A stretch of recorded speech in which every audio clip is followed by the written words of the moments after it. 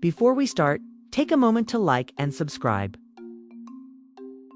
Imagine a calendar filled with celebrations. That's what life was like in the Middle Ages. People didn't just celebrate a few holidays. They had festivals all year long, marking the seasons, honoring their communities, and just having a great time. Let's explore some of the most exciting days and what made them so special. May Day. Held on the first day of May, May Day was a celebration of nature's return after the long, dark winter. The most important symbol was the maypole, a tall tree trunk stripped of its branches and decorated with ribbons and flowers. As the sun rose, villagers would gather to choose a May King and May Queen to lead the day's events, which included lively dancing and a feast. People would weave intricate patterns with their ribbons as they circled the maypole, a ritual believed to bring fertility and good fortune to their crops.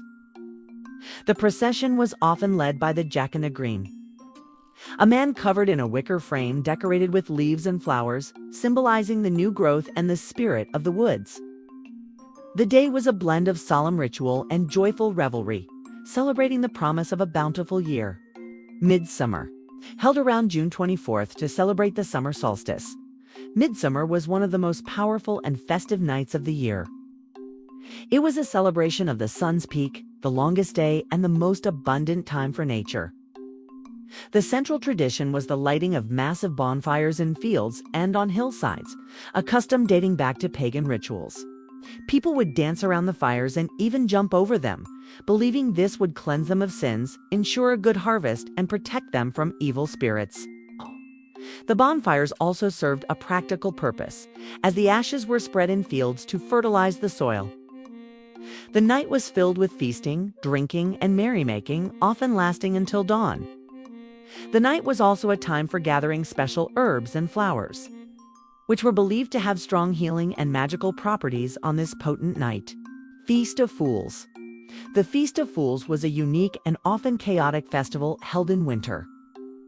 During this time, the normal social order was turned upside down in a playful rebellion against authority. A Lord of Misrule or Bishop of Fools would be elected to lead the festivities. He would often ride a donkey backward and lead a procession of masked revelers through the streets. The celebration was a temporary escape from this strict social hierarchy, allowing the common people to mock their superiors. At times, a mock mass would be held where participants would sing silly songs and act out comical plays. The Feast of Fools provided a necessary release for the community and reminded everyone that even in a serious age, was always room for laughter. Lammas Day. Its name comes from the Old English word for loaf mass, was a special festival held on August 1st to celebrate the first harvest. It was a time to be thankful for the season's bounty and to ensure the rest of the crops would be plentiful. On this day, the first sheaves of wheat were milled into flour, and the community would bake a special loaf of bread from it. This lammas loaf was then brought to church for a blessing, and parts of it were often crumbled back into the fields to ensure a good harvest in the future. The blessed bread was then shared among the community during a communal feast, a tangible symbol of their shared good fortune. The day was marked by a feeling of deep gratitude for the earth's gifts. Carnival. Just before the long period of fasting known as Lent began, everyone would have one last big party called Carnival. The word carnival comes from the Latin phrase carnal levare, which means farewell to meat. This was a final opportunity to eat all the special foods and treats like rich meats, eggs, butter, and sweets that would be forbidden during Lent. The festivities were defined by elaborate parades with people wearing grotesque masks and colorful costumes. Music and dancing filled the streets day and night, and the atmosphere was one of wild, unrestrained revelry. Everyone, from peasants to nobles, would join the celebration, often acting in ways that would be considered scandalous on a normal day. Saints' Day festivals. Almost every village, town, or city had a patron saint, and their feast day was a massive local holiday.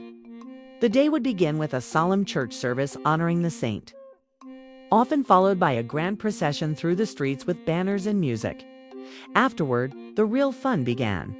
The entire community would gather for a huge outdoor feast, and the day was filled with all kinds of entertainment.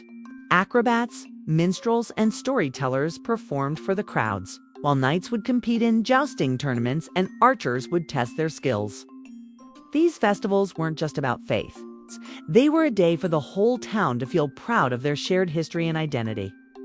A major market or fair often coincided with the Saints' Day, making it a bustling hub of commerce and celebration.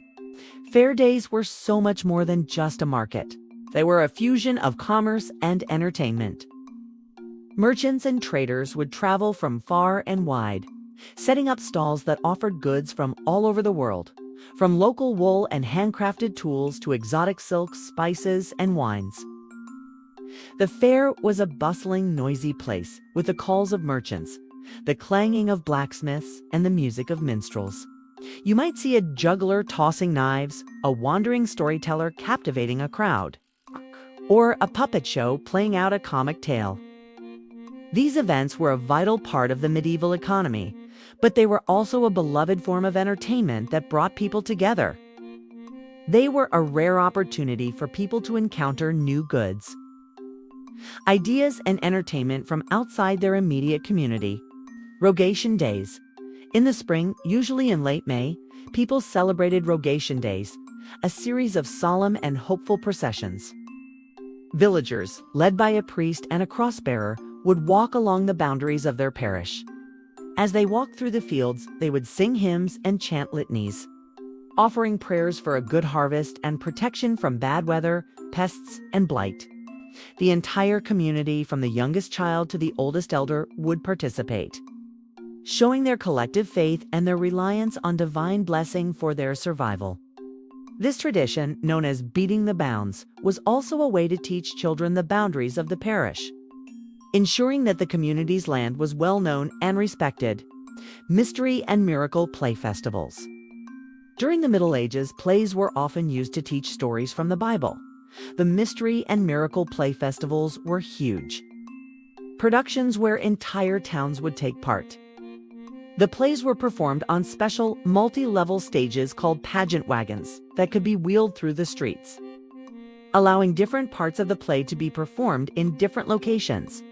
Each play was often a short scene from the Bible, and different guilds were responsible for a specific story. For example, the Bakers' Guild might perform a play about the Last Supper, while the Watermen's Guild would put on the story of Noah's Ark, and the Goldsmiths' Guild would perform the story of the Three Kings. This fusion of religious storytelling and civic pride created a powerful sense of community and shared faith. Festival of Light, held on December 13th. St. Lucia's Day was a beautiful festival of light that marked the darkest part of the winter. Its origins are a blend of Christian and pagan traditions, linking the saint's story to the winter solstice. In some parts of Europe, a young girl would be chosen to represent St. Lucia, wearing a white robe and a crown of candles on her head. She would walk through the dark morning, bringing sweet buns and singing songs of light. This festival was a lovely reminder that even in the longest, darkest nights, there is always a promise of light and hope to come. The celebration was a way to hold on to the warmth and light of the sun during the cold, dark days. These festivals offer a fantastic glimpse into the rich culture of the Middle Ages. They were a way for communities to bond, to give thanks, and to celebrate the seasons.